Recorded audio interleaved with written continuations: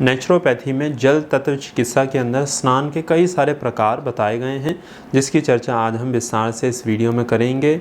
स्नानों के अलग अलग गुण और प्रभाव हैं, उसकी भी चर्चा साथ साथ में की जाएगी।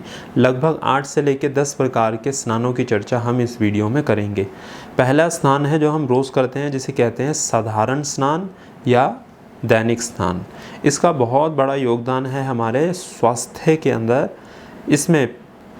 इससे पहले एक और बात, कई लोग रोज़ या दैनिक स्नान नहीं करते, 2, 3 या 4 दिन के बाद नहाते हैं।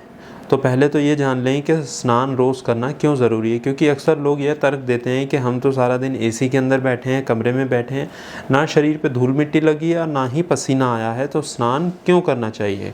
उसका कारण यह है कि हमारे शरीर की त्वचा जो है, स्किन जो है, वह प्रतिपल शरीर से मैल या विजातीय तत्व बाहर निकालते रहती है। जैसे हम नाक से सांस भरते हैं, उसी प्रकार से त्वचा के अंदर भी असंख्य छिद्र होते हैं जो सांस लेते हैं और शरीर को जीवित रखते हैं। त्वचा की सफाई हर रोज़ बहुत ज़्यादा ज़रूरी है, जिससे मैल व विजातीय तत्व त्वचा से बाहर हट सकें और रोमकूप खुल सकें। तो साधारण दैनिक स्नान की जो विधि है उसमें प्रतिदिन स्नान किया जाता है। कुछ बातों को ध्यान में रखकर शरीर पर पानी डालना चाहिए। पहले त्वचा को अच्छे से रगड़कर थोड़ा सा गर्म कर लेना चाहिए, उसके बाद स्नान करें। फिर तौलिए से पूरे शरीर को अच्छे से रगड़ना चाहिए, जिससे शरीर में पुनः गर्मी आ सके। इसके अलावा कुछ और महत्वपूर्ण बातों की चर्चा पिछली वीडियो में हम कर चुके हैं, उसका भी ध्यान रखना है। दूसरे प्रकार का स्नान है वर्षा जल स्नान। वर्षा अर्थ बारिश। वर्षा का जल शरीर पर औषधि का कार्य करता है, क्योंकि इस जल में calcium, bicarbonate, potassium, sodium, phosphorus, magnesium, oxygen, nitrogen, ammonia जैसे तत्व और गैसेस पाई जाती हैं, जो त्वचा के संपर्क में आने से त्वचा पर अपना प्रभाव और गुण छोड़ जाती हैं। बारिश में नहाने से कई प्रकार से त्वचा से संबंधित बीमारियां और रोगों से बचा जा सकता है, उन्हें ठीक भी किया जा सकता है। वर्षा ऋतु में वर्षा में ज़रूर स्नान करना चाहिए। तीसरे प्रकार का स्नान है नदी स्नान। नदी के बहते जल में स्नान करने को कहते हैं नदी स्नान, और यदि तैरना आता हो तो और भी अच्छा परिणाम मिलता है। हर किसी नदी के जल का अपना प्रभाव और परिणाम होता है, जो निर्भर करता है उसमें कितनी मात्रा में और कौन कौन से खनिज पदार्थ उत्पन्न हैं। सर्वश्रेष्ठ और सर्वोत्तम जल माना जाता है गंगा नदी का, क्योंकि हिमालय से आते हुए गंगा नदी का जल अनेक प्रकार के औषधियों, जड़ी बूटियों, पर्वत, पहाड़, पेड़ों को स्पर्श करते हुए आती हैं, जिससे उस जल का प्रभाव बढ़ जाता है। उन सब जिन चीज़ों को स्पर्श करते हुए वह आती हैं, उन सब के तत्व उस पानी के अंदर आ जाते हैं। इस पर कई सारे वैज्ञानिक शोध और प्रयोग भी हो चुके हैं, जिससे इस चीज़ की पुष्टि हो चुकी है कि गंगा के जल में बहुत सारे ऐसे तत्व हैं जो हमारे त्वचा के लिए लाभप्रद हैं। तो तीसरे प्रकार का स्नान है नदी में तैरकर स्नान करना या नदी स्नान। चौथा है नेत्र स्नान। इसका प्रयोग नेत्रों को बल और ऊर्जा व स्वास्थ्य प्रदान करने के लिए किया जाता है।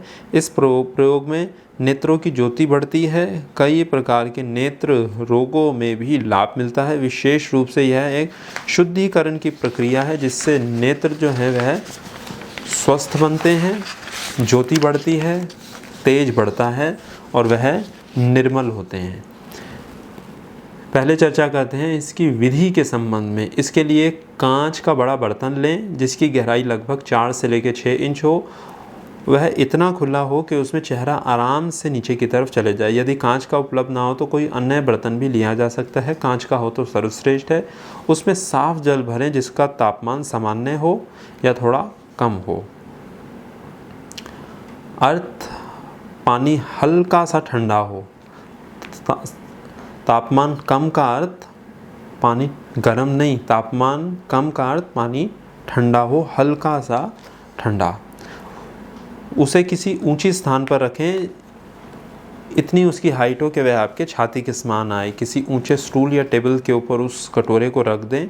अब आप आगे झुककर उसमें अपनी आँखों को, चेहरे को डुबो दें, जिससे आपकी नाक उसके अंदर ना डूबे, नाक बाहर रहे, अन्यथा सांस लेंगे तो नाक के अंदर पानी भर जाएगा। नाक आपकी बाहर रहे, इस प्रकार से नीचे की ओर झुकाना है कि आपकी आंखें और सिर ही उसके अंदर डूबें। चेहरे को उसके अंदर डुबोने के बाद अंदर जाकर तेज़ तेज़ आंखों को बंद करना है और खोलना है, तेज़ तेज़ आंखों को बंद करना है और खोलना है। शुरू में 1 मिनट से इस अभ्यास को आरंभ करें। कुछ समय के बाद जब अभ्यास होने लगे ठीक से तो 3 से 4 मिनट तक ऐसा कर सकते हैं। हफ्ते में 2 बार इसका प्रयोग कर सकते हैं, जिससे कि आपके नेत्रों की ज्योति और स्वास्थ्य बना रहे। 5वां अभ्यास है अगले प्रकार का स्नान, 5वां सिर स्नान। इसके प्रयोग की विधि बहुत ही साधारण है। सिर को आगे झुकाकर उस पर ठंडे पानी को डालते रहना और उंगलियों के अग्रभाग से खोपड़ी या सिर की त्वचा को रगड़ते रहना या घिसते रहना, नाखून से नहीं, सिर्फ उंगलियों की आगे वाले हिस्से से। सिर की मालिश करनी है, लगभग 5 से लेकर 8 मिनट तक ऐसा करना है। उसके बाद में सिर को साफ कपड़े से पोंछ लेना है। इसके प्रयोग से बालों को, सिर की त्वचा को, नेत्रों को, कानों को, चेहरे की मांसपेशियों को लाभ पहुंचा है। यह तो इसके बाहरी प्रभाव और लाभ हैं। इसके प्रयोग से मांसपेशियां, अंदर की मांसपेशियां और कोशों पर भी सकारात्मक रूप से प्रभाव पहुंचता है, जिससे मस्तिष्क सभी क्रियाएं अच्छे से कर पाता है। इस प्रयोग को सप्ताह में 1 बार किया जा सकता है।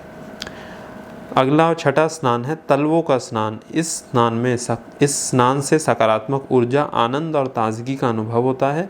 आँखों और मस्तिष्क के लिए इसका प्रयोग लाभप्रद है। इसमें आपको नंगे पैर टहलना होता है, हरी घास, मिट्टी या पत्थर के ऊपर, और यह सब ओस से भीगी हुई होनी चाहिए। अक्सर सर्दी के दिनों में पत्थर, घास या मिट्टी जब ओस से भीग जाती है, उस मिट्टी के ऊपर आपको या उस घास के ऊपर आपको चलना है। यदि जिस मौसम में ओस ना पड़ रही हो, ऐसे में घास, मिट्टी या पत्थर को पानी से थोड़ा सा फुहार मार के उसको गीला कर लें और उसके ऊपर चलें। लगभग 10 से लेकर 15 मिनट तक प्रतिदिन भी इस अभ्यास को किया जा सकता है। इस प्रकार से यह अभ्यास होता है। 7वां और अगला अभ्यास है पैरों का स्नान। बाल्टी या टब में ठंडा पानी भरें। पानी इतना हो जब आप पैर डुबोएं तो टखनों तक या टखनों के कुछ ऊपर, एंकल्स तक वह आए।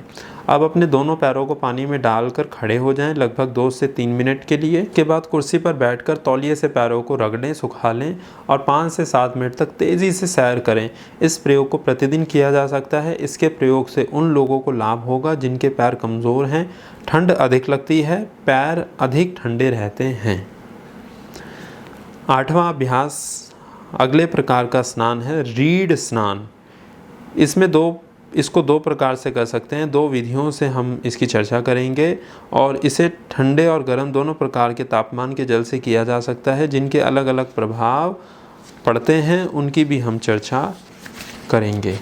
ठंडे जल से स्नान करने की पहले विधि है, आप उकड़ू बैठ जाएं और उकड़ू अर्थ घुटनों के ऊपर घुटने मोड़कर बैठ जाएं। उकड़ू बैठ जाएं। अब किसी अपने सहयोगी से कहें कि वह मग्गे या लोटे से ठंडा जल भरे और वह पानी भर भर के आपकी गर्दन के पिछले हिस्से पर डालना शुरू करे, जिससे कि वह बहता हुआ रीढ़ की हड्डी के नीचे तक पहुंच जाए। अर्थ आप उकड़ू बैठ जाएंगे और कोई और मग्गे, एक बाल्टी में पानी लेंगे, ठंडा पानी और बाल्टी या मग्गे या गिलास की सहायता से आपके गर्दन के पिछले हिस्से पे ऊपर से डालेंगे, जिससे वह पानी रीढ़ की हड्डी से पूरा गुजरता हुआ नीचे की तरफ चले जाए। और पानी को एक धार बनाकर धीरे धीरे डालते रहें। लगभग 5 से लेकर 8 मिनट तक बिना रुके इस अभ्यास को करना है। उसके बाद सूखे कपड़े से पीठ को पोंछ लें। दूसरी विधि है एक तौलिया लें, उसे ठंडे पानी में भिगोएं और फिर निचोड़ लें। अब इसे पीठ के पीछे ले जाएं और दोनों हाथों से रगड़ें। एक आपको तौलिया लेना है, तौलिया लेकर उसको ठंडे पानी में डालना है, उसको निचोड़ लेना है।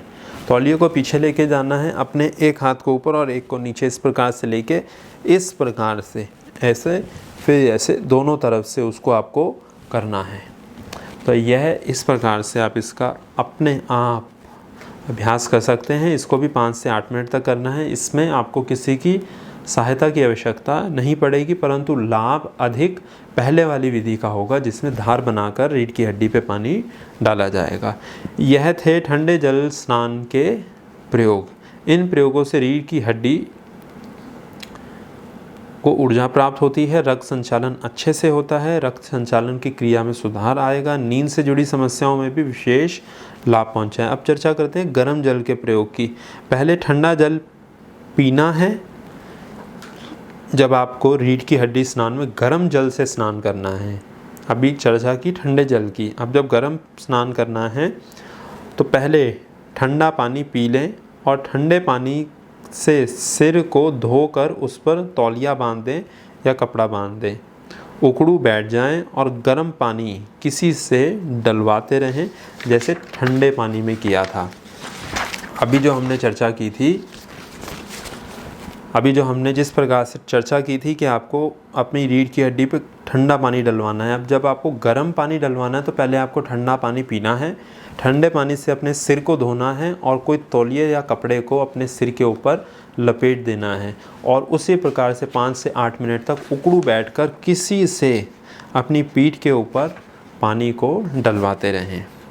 जैसे ठंडे पानी से प्रयोग किया जाता है, पानी उतना ही गर्म ही जितना शरीर सह सके और उतना ही ठंडा जितना शरीर सह सके। लगभग 100 से 101 या 2 डिग्री फ़ारेनहाइट का जल 5 से 8 मिनट तक इस प्रयोग को कर सकते हैं। इसके बाद ठंडे पानी से स्नान करें।